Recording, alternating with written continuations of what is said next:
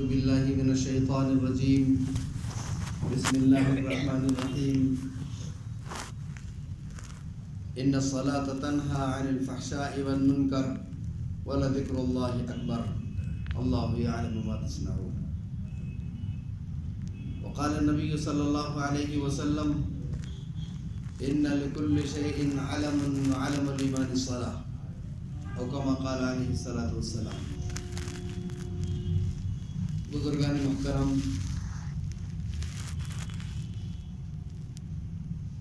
اللہ رب العالمین کا بے انتہا فضل اور احسان ہے کہ اس نے ہم کو بے شمار نعمتوں سے نوازا ہے، اور ابھی اسپیشل کرم یہ ہوا کہ ایک فریضہ نماز کا، مغرب کی نماز کا باجماعت ادا کرنے کی توفیق نصیب فرمائی۔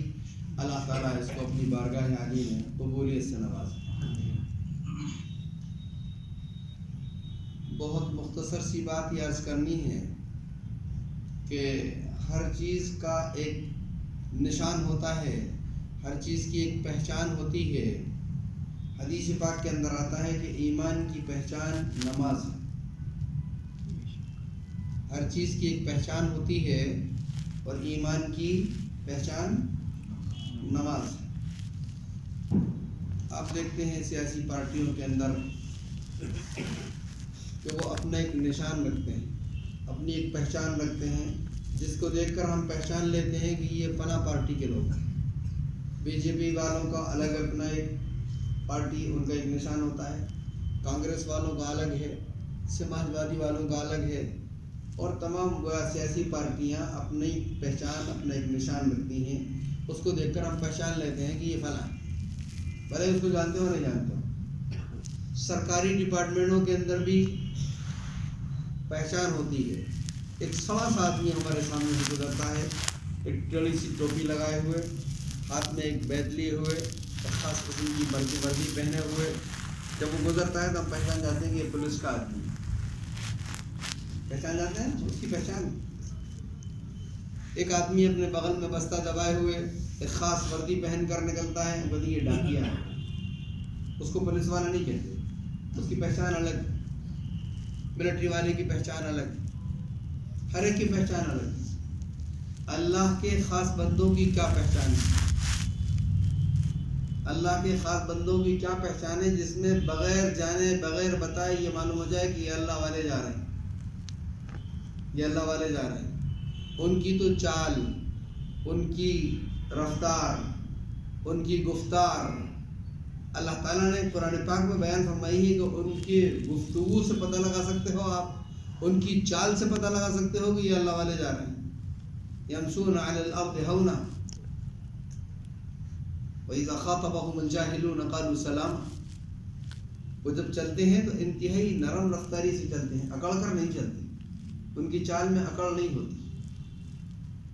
وہ جب بات کرتے ہیں تو انتہائی میٹھی باتیں کرتے ہیں، ان کی باتوں سے پھول جھڑتے ہیں، کسی سے الجھتے نہیں پھرتے۔ تو ہر ایک کی ایک نشانی ہوتی ہے، ایک پہچان ہوتی ہے۔ ایمان کی نشانی حدیث پاک کے اندر آقا نامدار علیہ الصلوۃ والسلام نے نماز قرار دیا کہ ایمان کی نشانی نماز ہے۔ جس کو تم نماز پڑھتا دیکھو سمجھ لو کہ وہ ایمان والا ہے۔ اسلام کے جو ارکان ہیں وہ تو اور بھی ہیں، روزہ بھی ہے، زکوٰۃ بھی ہے، حج بھی ہے نا، سب یہ سب تو مسلمان ہی کرتے ہیں نا۔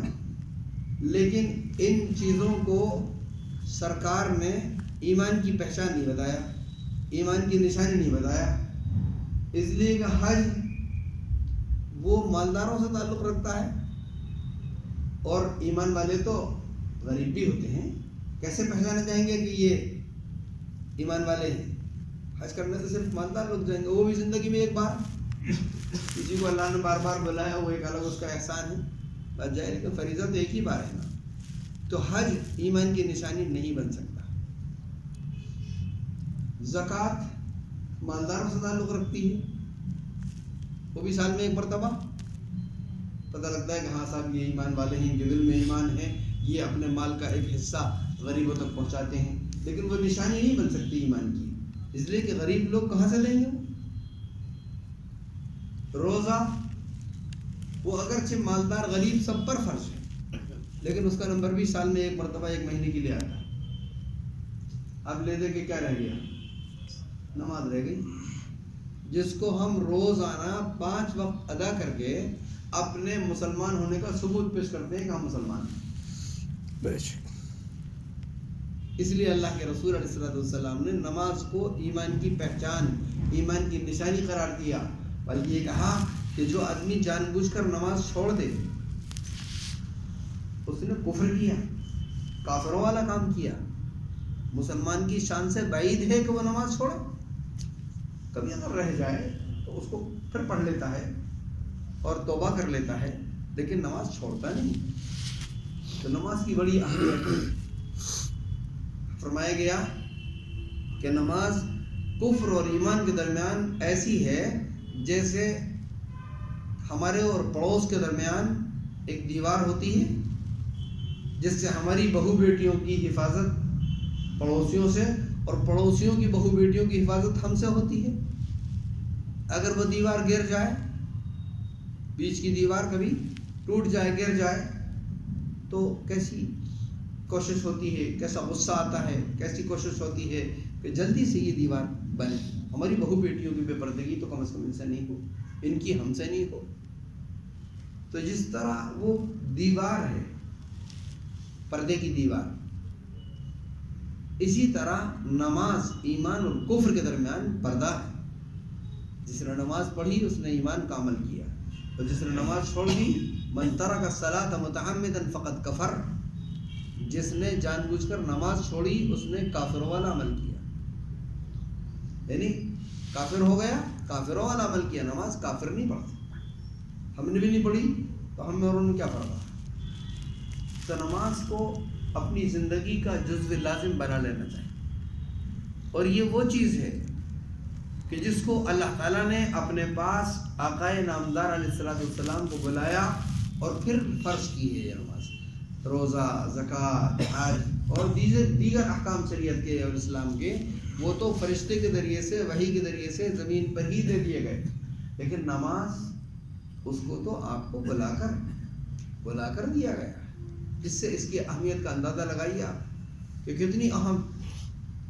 سرکار دو عالم صلی اللہ علیہ وسلم نے زندگی میں کبھی نماز نہیں چھوڑی، کبھی نماز نہیں چھوڑی. جب سے فرض ہوئی صحابہ کرام نے نماز نہیں چھوڑی.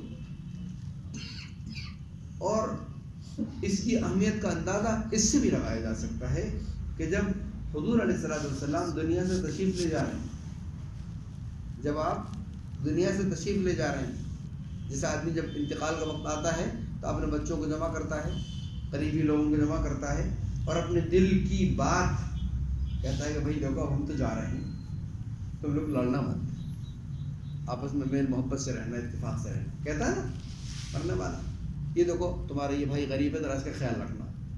تمہاری یہ بہن ہے، ذرا یہ آئے جائے تو اس کو ذرا اچھا رکھنا. جو بھی اس کے دل میں ہوتی ہے وہ کہتا ہے، اور اس کا بڑا لحاظ رکھو اور خیال کیا جاتا ہے کہ اماں یہ کہہ گئی تھی، ابا یہ کہہ گئے تھے، وہ تو ہونا ہے، وہی ہوگا. اس کا بڑا خیال رکھا جاتا ہے. آقائے نامدار علیہ السلام جب دنیا سے تشریف لے جا رہے ہیں تو کیا فرما رہے ہیں؟ الصلاۃ وما ملکت ایمانکم. دیکھو بھائی نماز، دیکھو بھائی نماز کا خیال، نماز.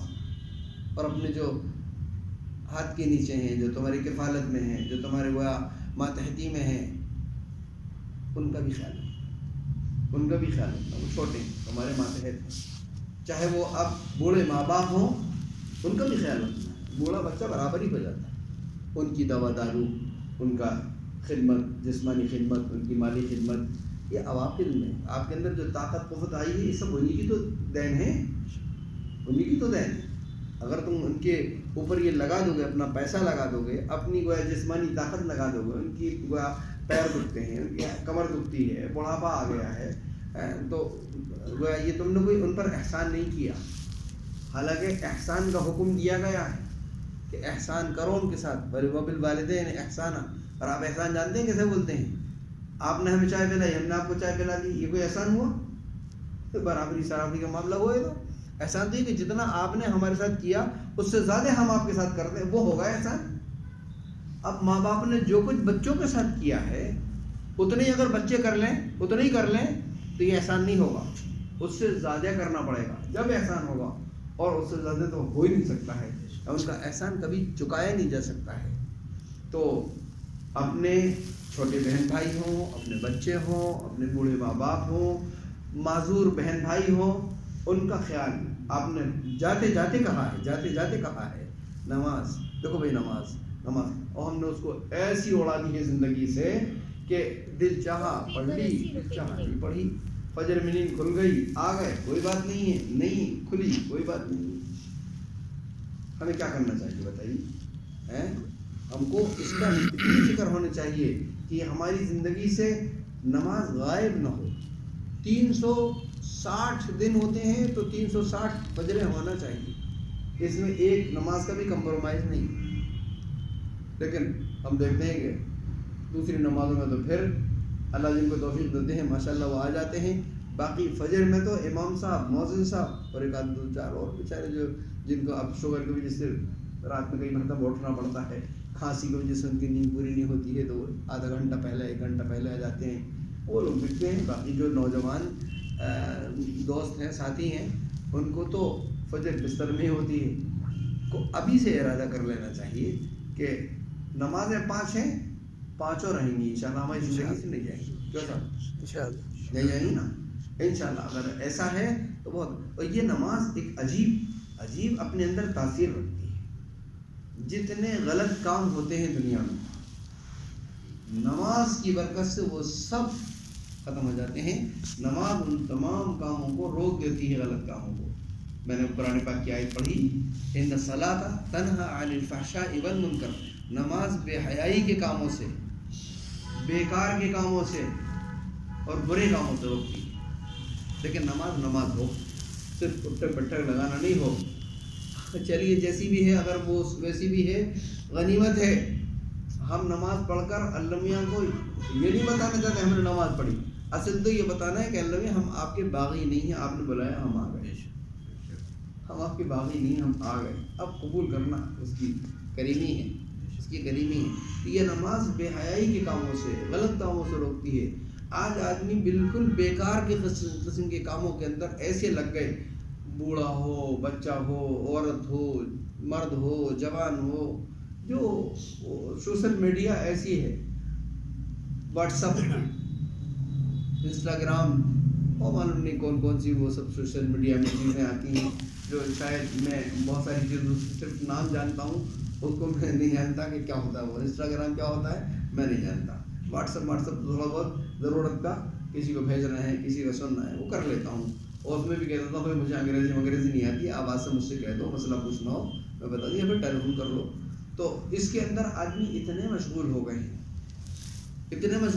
ہیں کہ نمازوں کی پرواہ نہیں ہوتی ہے. نماز بچے گھنٹوں اس کے اندر گھسے ہوئے ہیں، اور ان کی آنکھیں خراب ہو رہی ہیں، ان کا وقت برباد ہو رہا ہے. وقت بڑا قیمتی ہے، وقت بہت قیمتی ہے. آپ کو بس مختصر سی بات کر کے بات کو ختم کر دیتا ہوں لمبی ہو رہی کے بعد. ایک مرتبہ عہدہ، دولت اور ٹائم، ان کی کانفرنس ہوئی. سب جمع ہوئے، کانفرنس ہوئی. جب وہ وہاں سے کانفرنس کے بعد الگ الگ ہونے لگے تو عہدے سے پوچھا، اب بھائی آپ سے آپ کے خیالات سن کر بڑا دل خوش ہوا، کبھی آپ سے ملاقات کرنا چاہیں تو کہاں ملیں گا؟ تو کسی کرسی والے کے پاس مل جائیں گے، کسی منصب والے کے پاس مل جائیں گے. عہدہ ملتا نہیں ملتا ہے، مل جاتا ہے عہدہ. دولت سے پوچھا، آپ سے ملاقات اگر کرنا چاہیں کسی مالدار آدمی کے پاس آپ دیکھ لیجیے گا، تجوری میں مل جاؤں، اس کے اکاؤنٹ میں مل جاؤں، ملاقات ہو جائے گی آپ سے. اچھا، وقت سے پوچھا، آپ سے ملاقات کہاں ہو سکتی؟ تو اس نے کہا ایک مرتبہ آنے کے بعد پھر جب چلا جاتا ہوں تو پھر نہیں آتا، پھر نہیں ملتا. یہ اتنا قیمتی ہے، یہ ٹائم اتنا قیمتی ہے، اس کو ہم ضائع کر دیں کھیل کود میں، جس میں کوئی حاصل نہیں، کوئی وصول نہیں. کتنی بیوقوفی کی بات ہوگی، کسی ناقبت اندیشی کی بات. ہم کو اس ٹائم کا بہت خیال ہے، بہت خیال ہے. اب ہم لوگ یہاں سے گزر رہے ہیں، کوئی کہ ارے صاحب یہاں ایک بہت اچھے سستے مکان بالکل روڈ پر پلاٹ مل رہے ہیں، آپ ایک مکان بنا لیجیے. ہم کیا کہیں پاگل ہو گئے ہو، بیوقوف ہو گئے ہو. بھائی ہمارے بیوی بچے وہاں انتظار کر رہے ہیں، ہم تو یہاں سے گزر رہے تھے، نماز کے لیے رک گئے، چائے پینے کے لیے رک گئے، مکان بنا کر اپنی دوسری مشغول. آپ سب کھیلنے میں اندر آ جائے بیٹھ جاتے ہیں، کچھ کھیل کھیلتے ہیں. ہم کیا کہیں ہم تو اپنے کسی کام سے آئے تھے، گزر رہے ہیں بس صرف. تو ایسی دنیا گزر گاہ ہے، انتظار تو کہیں اور ہو رہا ہے. تو ہم کو وقت کو چلا جائے گا تو پھر نہیں ملے گا. اس وقت کو صحیح استعمال میں لانا ہے. نماز کا اہتمام ہم کر لیں، انشاءاللہ یہ ساری برائیاں خود بخود نماز ہم کو ہماری زندگی سے دور کر دیں گے. ایک صاحب چوری کرتے تھے اور صف اول میں نماز پڑھتے تھے. ایک صاحب چوری کرتے تھے اور صف اول میں نماز پڑھتے تھے. کسی نے اللہ کے رسول علیہ السلام سے شکایت کی ان کی، وہ زمانے کی بات ہے کہ صاحب یہ رات کو چوری کرتے ہیں، نقب زنی بھی لگا کے کرتے ہیں، کچھ کرتے ہیں اور نماز بھی پڑھتے ہیں. آپ نے سنا ان کی نماز ان کو اس غلط کام سے روک دے گی. کچھ دن بعد یہ سنا کہ انہوں نے سچی پکی تو نماز آدمی کو بے حیائی کے کاموں سے، غلط کاموں سے، بیکار کاموں سے خود بخود روک دے گی. بس اللہ تعالیٰ مجھے بھی اور آپ کو بھی کہنے اور سننے کے مطابق عمل کرے.